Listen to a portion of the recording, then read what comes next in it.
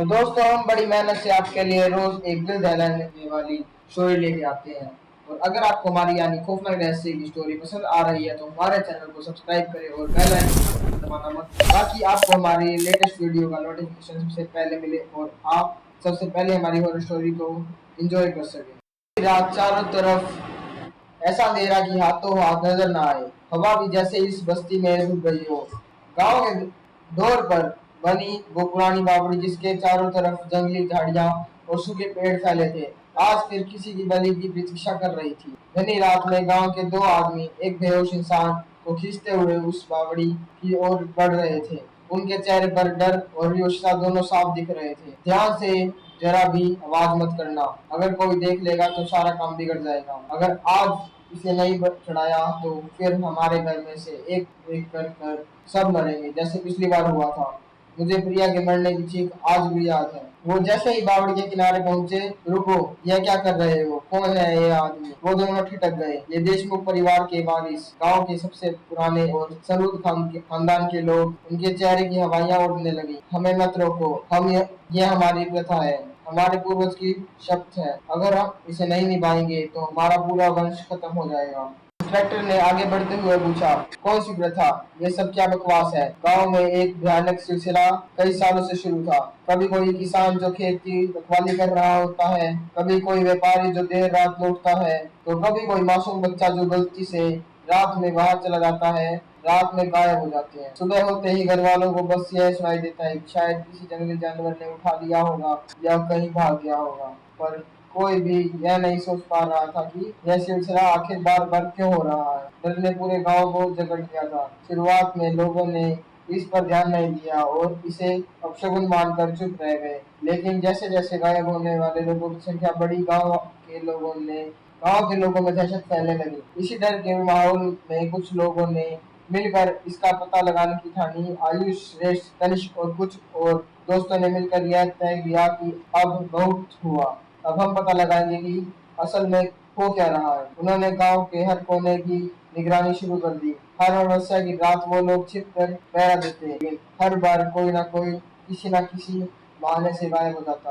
पूरे गांव में यह खबर फैल जाती है। फिर उन्होंने बगल के गांव के कुछ लोगों और पुलिस से संपर्क किया और उन्होंने मिलकर एक प्लान बनाया। वे हर घर पर नजर रखेंगे और हर व्यक्ति की गतिविधियां का लेखा जोखा रखेंगे।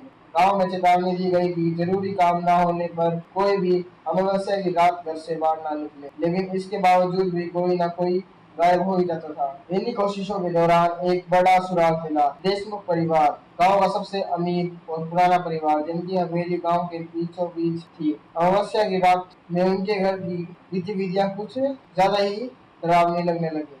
उनके घर के पीछे की तरफ से रात के समय कुछ लोग बाहर निकलते, लेकिन जब भी उनकी निगरानी की जाती तो गायब हो जाते। अगली अमावस्या को उन्होंने देशमुख घर के दूसरी तरफ से निगरानी की। तब उस रात राहुल और उसके दोस्तों ने देखा कि देशमुख परिवार के दो पुरुष एक बेहोश व्यक्ति को घर से निकाल रहे थे और वह सीधे बावड़ी की ओर बढ़े। राहुल और उसके दोस्त साथ में दो पुलिस वाले उनका पीछा करते हुए झाड़ियों में छिप गए। उन्होंने देखा कि देशमुख परिवार के लोग उस बेहोश व्यक्ति को बावड़ी के किनारे ले जाकर उनकी पूजा कर रहे थे।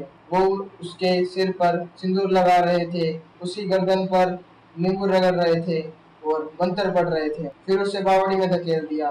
जैसे ही उसका शरीर पानी में टकराया, एक अजीब सी आवाज गूंजी, मानो पानी ने उसे निगल लिया हो। सबके रोंगटे खड़े हो गए। राहुल ने इंस्पेक्टर से कहा, अब तो शक की कोई गुंजाइश नहीं रही, यह लोग ही हैं जो गांव वालों को गायब कर रहे हैं। इसके बाद भी उन लोगों ने देशमुख परिवार की हरकतों पर नजर रखना नहीं छोड़ा और आखिरकार इस अमावस्या की रात को उन्होंने रंगे हाथ पकड़ लिया। तो बताओ, कौन सी प्रथा के बारे में बात कर रहे हो? देशमुख ने सर झुकाया, मानो अब सब कुछ कबूल किए बिना उसके पास कोई रास्ता नहीं था। उसने कांपती आवाज में कहना शुरू किया, यह बावड़ी हमारे पूर्वजों ने बनाई थी। उस वक्त यह सिर्फ एक पानी का कुआं हुआ करता था, लेकिन इसकी निगरानी हमारे परिवार की जिम्मेदारी थी। गांव के लोग तभी पानी भर सकते थे जब हमारे घर से इजाजत मिलती थी। वे नियम हमारी ही पूर्वजों ने बनाए थे और सबको मानना पड़ता था।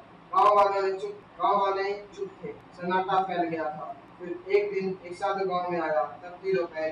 वह प्यासी हालत में सीधे इस बावड़ी के पास आया और बिना पूछे पानी पर। देशमुख ने एक पल रुक कर गहरी सांस ली। उस समय हमारे पूर्वजों ने उसे पकड़ कर धक्का दिया, उसे भला बुरा कहा, अपमानित किया। उस साधु ने हाथ जोड़कर कहा, मुझे बस 2 घूंट पानी पीने दो और फिर मैं अपने रास्ते चला जाऊंगा। इससे आपके कुएं का पानी कम नहीं होगा। ब्राह्मण को पानी पिलाने से आपको पुण्य मिलेगा। पर उसकी बातों पर किसी ने ध्यान नहीं दिया और उसे धकेल दिया। वो साधु जाने से पहले बस इतना कह गया, तुम्हारा यह कुआं अब कभी पानी नहीं मांगेगा, यह खून मांगेगा, और अगर इसे खून ना मिला तो यह तुम्हारे खून का प्यासा हो जाएगा। गाँव वालों ने पहले तो किसी ने उस साधु की बात पर गंभीरता से नहीं किया, लेकिन उसके कुछ ही महीनों बाद हमारे घर मुसीबतों का पहाड़ टूट गया। खेत सूखने लगे, व्यापार ठंडा पड़ गया और भूखमरी तक भी नौबत आ गई। गांव ने आंखों की पलकों चढ़ाकर फिर तब हमारे पूर्वजों ने उस बावड़ी में अमावस्या की रात एक गरीब किसान को पकड़कर पहली बार बलि चढ़ाई। उसे बेहोश करके बावड़ी में ट्रैक्टर ने चौक पर पहुंचा और उसके बाद अगले फसल के मौसम में हमारे खेत फिर से हरे भरे हो गए। व्यापार फिर से चमकने लगा और हमारे घरों में फिर से दौलत आने लगी। फिर क्या, उसी दिन से हर पीढ़ी हर अवसर इस बावली को खून से सूचित करती है। यह सुनकर गांव के लोग तंग रह गए। मतलब गांव से जो लोग अमावस्या को गायब होते हैं, वो सब लोग अगर ऐसा ना करते तो हमारे घर के लोग, हमारे बच्चे भूखे मर जाते। जैसे पिछली बार हुआ, क्या हुआ था? इससे पहले गांव के लोग डर के मारे अवश्य की रात बाहर निकलना छोड़, हम किसी को पकड़ नहीं पाए। उस रात हमारे घर में प्रिया, हमारी बहू बिना किसी वजह के तड़प तड़प कर मर गई। महाराज, ये कौन है जिसे तुम लेकर जा रहे? देशमुख ने गहरी नजरों से उन्हें देखा।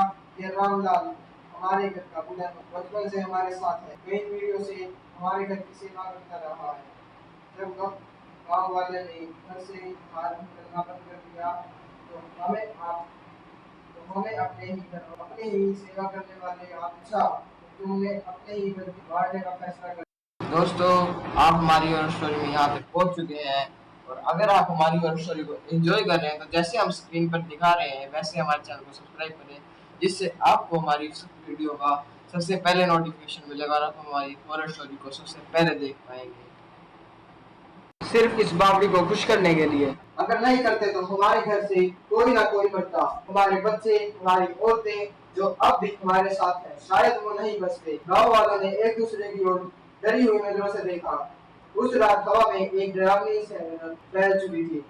उनकी बातें सुनकर कभी लोग चिढ़ गए और वह देशमुख परिवार पर अपना गुस्सा उतारना चाहते थे, लेकिन पुलिस ने उन्हें हिरासत में ले लिया और उन पर गांव के लोगों को गायब करने और उनकी हत्या करने का आरोप लगा दिया।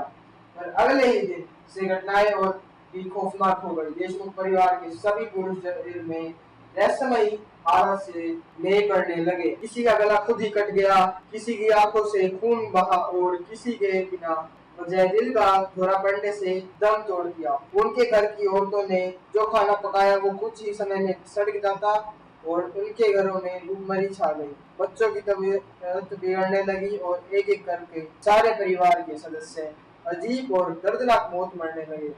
देशमुख का पूरा परिवार कुछ ही दिनों में खत्म हो गया और उनका घर अब वीराना हो गया। लेकिन इससे भी डरावना वो था जो उनके खिलाफ खड़े होने वाले गांव के लोगों के साथ हुआ। राहुल और उसके साथियों के घरों में रातों किसी के फुसफुसाने की आवाजें आने लगी। उनकी दीवार पर खून जैसे निशान पड़ने लगे। एक रात तनिष्क शराब पी के नशे में बोला, चलो देखते हैं कौन सी बावड़ी है जो हमें मार सकती है। उसकी बात सुनकर सारे दोस्त डर गए।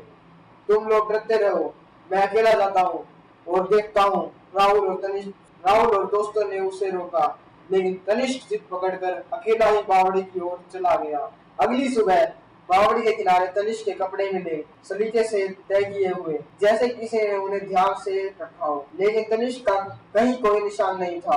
अब डर पूरे गांव में फैल चुका था। राहुल और इंस्पेक्टर ने गांव की समझदार लोगों के साथ मिलकर तय किया कि यह सिर्फ देशमुख परिवार की बात नहीं है, यह बावड़ी अब खुद एक जीवित अभिशाप बन चुकी है। उन्होंने तांत्रिक बाबा त्यबक को बुलाया। उन्होंने उनके बारे में कहा जाता था कि उन्होंने कई ऐसे श्रापित स्थानों को शांत किया है। जय बाबा त्यबक गांव में पहुंचे तो पूरे गांव को चौक में इकट्ठा किया।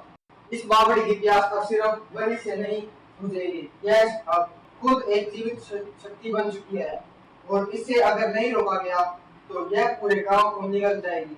गांव के लोग इकट्ठा होते ही बावड़ी के चारों तरफ टिमटिमा की मिसालों की रोशनी है। तांत्रिक बाबा त्यबक हवन की सामग्री के साथ जमीन पर बैठते हैं। गांव वाले चुपचाप खड़े रहते हैं। आज रात इस बावड़ी की भूख हमेशा के लिए मिटानी होगी, लेकिन याद रहे अगर किसी का मन डगमगाया तो यह बावड़ी फिर से रक्त मांगेगी। गांव वाले सहम कर सिर हिलाते हैं। बाबा एक हवन कुंड तैयार करते हैं और हवन की शुरुआत करते हैं। बाबा हवन कुंड में हड्डियां, रक्त, सेंगे, नीम के पत्ते और पंचनाम डालते हैं। बाबा त्यबक मंत्र करते हैं, ओम काल भैरवाय नमः, राश करो, राश करो, राश करो। गांव वाले मिलकर हनुमान चालीसा का पाठ करने लगते हैं। बावड़ी से अजीब और भिनभिनाहट और गुराने की आवाज आती है। यह आवाजें तो जैसे अंदर से आ रही थी। बाबा त्यबक लोहे की कील लेकर बावड़ी के मुंह आने पर जा पहुंचते हैं। बाबा ने मंत्र के साथ एक लोहे की कील बावड़ी के मुंह आने पर काट दी। तभी एक लाल धुआं बावड़ी से उठने लगा। उसमें चारों की आकृतियां दिखने लगी, कभी तनिष्क का तो कभी देशमुख का। गांव के कई लोग डर के मारे बेहोश हो गए। ये तो तनिष्क का चेहरा है, ऐसा एक बंदे ने बोला। अब समय आ गया है वकील को जमीन में ठोकने का। तभी बावड़ी से एक जोरदार चीख निकली। भीड़ में एक बूढ़ा जो हर साल बावड़ी के पास बलि होते दिखता था, वो बावड़ी के पास ही बेहोश हो गया। अरे इसे पकड़ो, लोग दौड़ते हैं, लोग दौड़ते हैं। उसकी सांसें चल रही थी, लेकिन उसका शरीर ठंडा पड़ चुका। करीब रात के 3 बजे थे जब मंत्रोर और हवन अपने चरम पर था। बावड़ी से अचानक से भयानक गर्जना सुनाई देती है। पानी जोर जोर से उछलने लगता है। लाल रंग का पानी फुहारों की तरह बाहर आने लगता है। पानी से तेज और सड़ी गंध फैलने लगती है। ये तो खून है। भगवान, ये हो क्या रहा है? इस बावड़ी ने बच्चों से जिंदगी बदली है, आज वह सब उसे छोड़ रहे हैं। ये इसका अंतिम पल है। बावड़ी से निकलना लाल पानी इधर उधर बहने लगता है। सबको चेहरों पर सबके चेहरों पर घृणा और डर के भाव सबके चेहरों पर घृणा और डर के भाव दिखते हैं। गांव वालों के चेहरे पर अब डर दिखने लगा था। गांव वाले में अब अफरा तफरी मचने लगी थी है। कुछ पीछे हटते हैं और बच्चे रोने लगते हैं। कोई पीछे नहीं हटेगा।